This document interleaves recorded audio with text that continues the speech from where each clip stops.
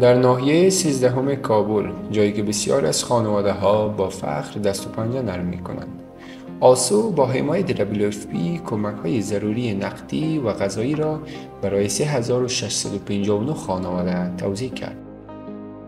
این کمک‌ها شامل 2900 افغانی برای هر خانواده و بسته‌های غذایی مقوی برای کودکان و مادران بود. نام از مست محمد جواد. دیگه کار من در روی بازار کراچیوان هستم.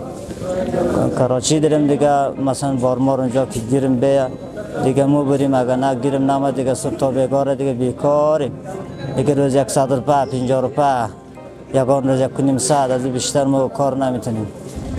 یا از این سازمان ملل خیلی تقاضای زیاد دارم که در آینده بخیر بازم همکاری کنه یکم برای امزی مردمی افغانستان خیلی فقیره دیگه، چیزی هم نداره کلا خودش در کراچی و مثلا بیکاری زیاده دیگه روی بازار همینطوری. بازم خیلی تشکر میکنم. تیم ما تمام تلاش خود را کرد تا این فرایند را ساده و شفاف انجام دهد.